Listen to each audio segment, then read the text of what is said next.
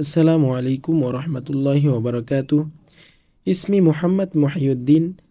আনা মুআল্লিমুল লুগাতিল আরবিয়া ফি সিরাতিল মুস্তাকিম Islamic academy. প্রিয় শিক্ষার্থীরা, এই সপ্তাহে শুরু হবে আমাদের 7 নং lesson plan, subject spoken Arabic. আমাদের শনিবারের লেসন প্ল্যান হচ্ছে ছবি দেখে সঠিক শব্দের চারপাশে বৃত্ত আঁকা। যেমন ঘড়ি, ঘড়ির আরবি হচ্ছে সাআতুন। ফাইল এর আরবি হচ্ছে মিলাফুন। চেয়ার এর আরবি হচ্ছে কুরসিয়ুন। ব্ল্যাকবোর্ড এর আরবি হচ্ছে সাব্বুরতুন। টেবিল এর আরবি হচ্ছে তাওবিলাতুন।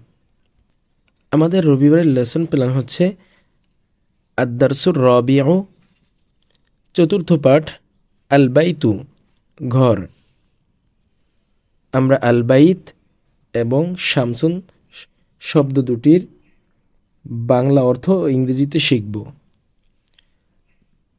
আল বাইতু অর্থ ঘর, শামসুন অর্থ সূর্য এবং জিম হরফকে যুক্তাক্ষর রূপে লেখা শিখব।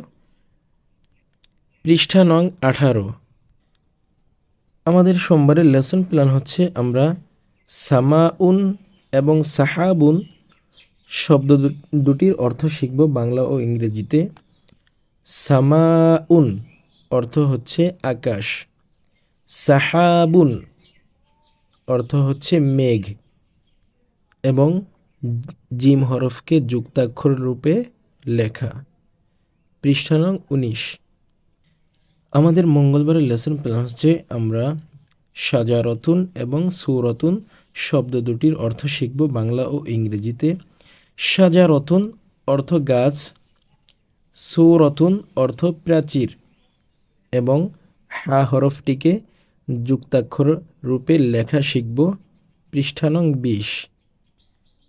আমাদের বুধবারের লেসন প্ল্যান হচ্ছে আমরা উশবুন, তরিকুন, সাহাতুন শব্দ তিনটির বাংলা অর্থ ও ইংরেজিতে শিখব।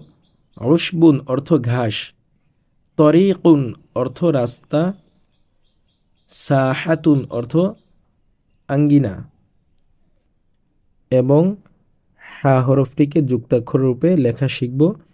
পৃষ্ঠা নং 21। প্রিয় শিক্ষার্থীরা, আদ-দারসুর রাবিউ চতুর্থ পাঠের সবগুলো শব্দের অর্থ আমরা বইয়ের শেষের দিকে পাব বাংলা ও ইংরেজিতে। এই যে এখানে সবগুলো শব্দের বাংলা অর্থ এবং ইংরেজিতে দেয়া আছে, আমরা এখান থেকে শিখে নেব ইনশাআল্লাহ। বৃহস্পতিবার আমাদের পিছনের পড়া রিভিশন। এই ছিল আমাদের পুরো সপ্তাহের লেসন প্ল্যান। সবাই ভালো থাকবে। আল্লাহ হাফিজ।